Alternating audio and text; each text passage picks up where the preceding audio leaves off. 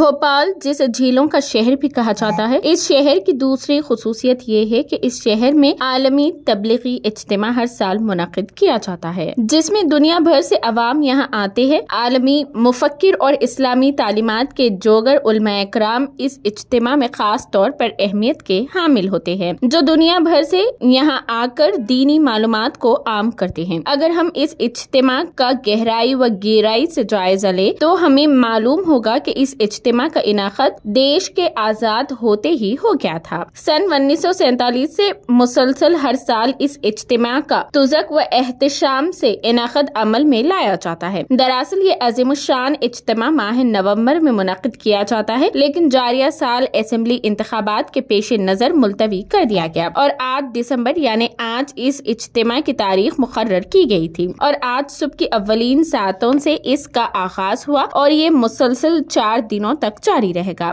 جہاں دنیا بھر سے لوگوں کا آنا شروع ہو گیا ہے۔ اس اجتماع کی خاص بات یہ بھی ہے کہ عوام سے خطاب کرنے والے اسکالرز اللہ تعالیٰ کی عظمت، حضور صلی اللہ علیہ وسلم کی شخصیت پر روشنی ڈالیں گے۔ آپ کو پتا ہونا چاہیے کہ سن 1970 تک اس اجتماع میں ہندوستان کے مختلف علاقوں سے لوگ شرکت کرتے تھے، لیکن اجتماع کی خصوصی طور پر کیے جانے والے انتظامات کو دیکھتے ہوئے یہاں دنیا بھر سے مسلمانوں کے علاوہ دیگر مذاہب کو ماننے والے بھی آنے لگے۔ اس طرح یہ اجتماع عالمی تبلیغی اجتماع کہلانے لگا۔ اینٹ کھیڑی نام مقام جہاں 80 ایکڑ پر محیط اراضی پر اس اجتماع کو منعقد کیا جاتا ہے۔ ایڈیشنل ڈی سی پی بسنت کول نے میڈیا سے مخاطب ہوتے ہوئے کہا ہے کہ یہ اجتماع بھوپال کی پہچان بن گیا ہے، جہاں پر دنیا بھر کے لوگ آ کر دینی معلومات حاصل کرتے ہیں۔ تقریباً 10 سے 11 لاکھ افراد اس اجتماع میں شریک ہوتے ہیں۔ یہاں حفاظتی انتظامات بھی اہمیت کے حامل ہے۔ پولیس یہاں آنے والے افراد کی خاطر خواہ